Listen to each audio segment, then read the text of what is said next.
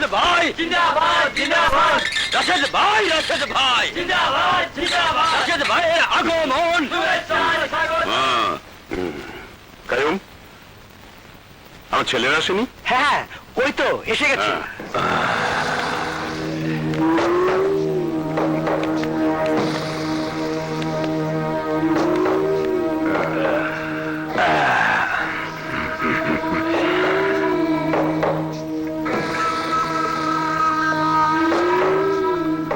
খুন কইরা সাজা খেতে পারিছে, তাও গলায় মালা দেয়।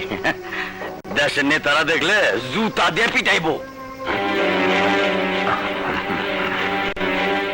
তোদের গাড়ি কি কোথাও অ্যাক্সিডেন্ট করেছিল? না বাবা। তাহলে এত আঘাত পেলি কোত্থেকে? এইসব আঘাত যুদ্ধের চিহ্ন বাবা। যুদ্ধ? হ্যাঁ। কয়জনের সাথে যুদ্ধ? একজনের মার খেয়ে কুল পায় না, আবার কয়জন?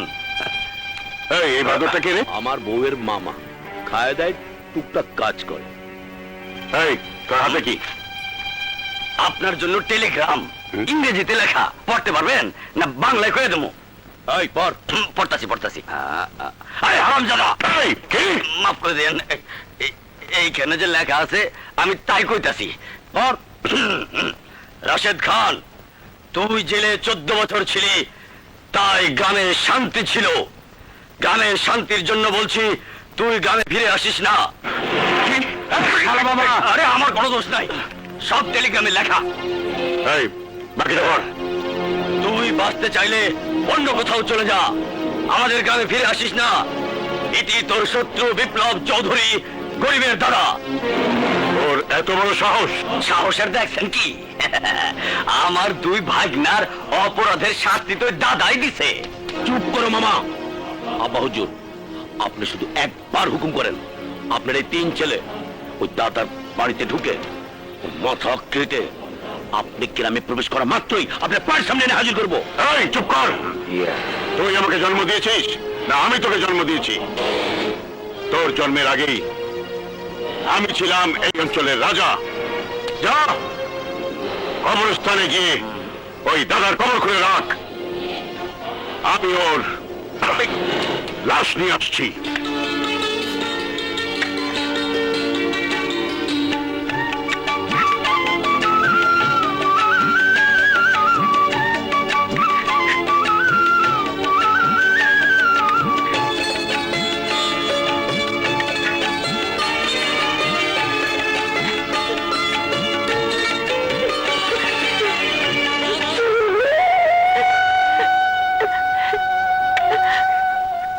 কে কাজল, কাঁদছিস কেন? দাদা, আমার তো বাবা নেই, তাই প্রতি সপ্তাহে তুমি যখন নিজের হাতে আমাকে খাবার দাও, তখন আমার মনে হয় আমি যেন আমার বাবার হাতে খাবার খাচ্ছি। বাবা, আমি তো তোর বাবার মতো। দাদা,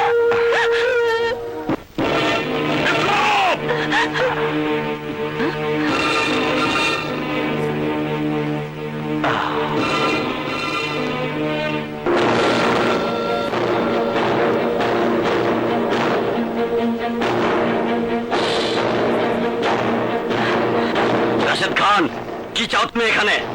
আমি চাই ওই বিপ্লবের লাশ। রাশেদ খান, মরতে না চাইলে এখান থেকে চলে যাও। এই বিপ্লব, তোর নিজের শক্তিতে বিশ্বাস থাকলে আয় আমার সাথে মোকাবেলা কর। দেখি কে হারে কে জেতে।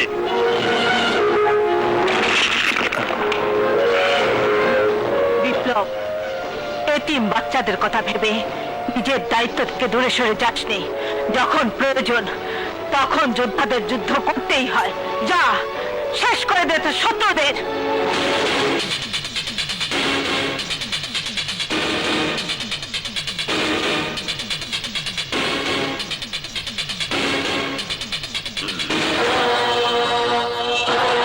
বিপ্লব, তুই আমার ছেলেদের গায়ে হাত তুলেছিস, তুই আমাকে গ্রামের মাটিতে পা দিতে নিষেধ করেছিস, ফিরে আসতে বারণ করেছিস। এই গ্রাম কিন্তু নিজের সম্পত্তি। রাশেদ খান, এই গ্রাম আমার গ্রাম। এই গ্রামকে বাঁচানোর জন্য প্রয়োজনে আমার জীবনও দিতে পারি, প্রয়োজনে তোর জীবনও দিতে পারি। যা, এই গ্রাম ছেড়ে চলে যা। আমি এত বছর জেলে থাকার পরও জানি এই এলাকায় শুধু আমার হুকুম চলে। তোর এত বড় সাহস, তুই আমার লোকদের গায়ে হাত তুলেছিস। এতদিন রাগে আমার শরীর টকবক করেছে।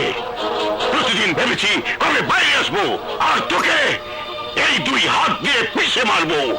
কিন্তু তুই আমাকে চ্যালেঞ্জ করেছিস, হুমকি দিয়েছিস, এলাকায় পা দিলে আমাকে খুন করবি। কিন্তু আজ যদি তোকে আমি কবর না দেই, তাহলে আমি আমার বাবার সন্তান না। শুনে রাখ রাশেদ খান, যদি আজ আমার হাত উঠে, তাহলে আজ তোকে তোর বাবার কাছে পাঠিয়ে দিব। এক জঙ্গলে দুই সিংহ থাকতে পারে না। আজ তোর মৃত্যু আমার সাথেই হবে। না, আমি রাজা, তুই প্রজা। শিকার করাই সিংহের কাজ, আর সিংহ শিকার করে তোর মতো শুয়োরের বাচ্চাকে। এই!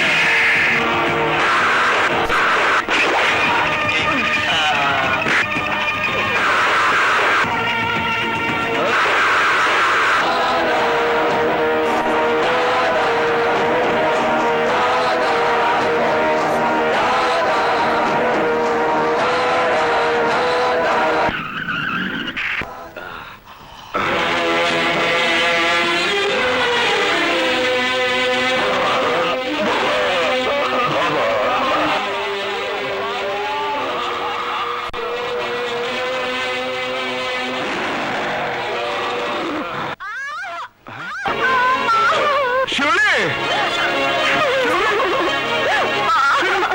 বলো মা, কি হয়েছে তোর? আমি তোমাকে নিজের হাতে চা বানিয়ে খাওয়াবো বলে এসেছিলাম। কি, তুই চা বানাতে এসেছিস? দেখি দেখি, পা দেখি। না ভাইয়া, আমার তেমন কিছু হয়নি। কিছু হয়নি মানে? পা তো তোর পড়ে গেছে। ভাইয়া, আমার পায়ে সামান্য চায়ের গরম পানি পড়েছে বলে তুমি কাঁদছো ভাইয়া? কাঁদবো না মানে?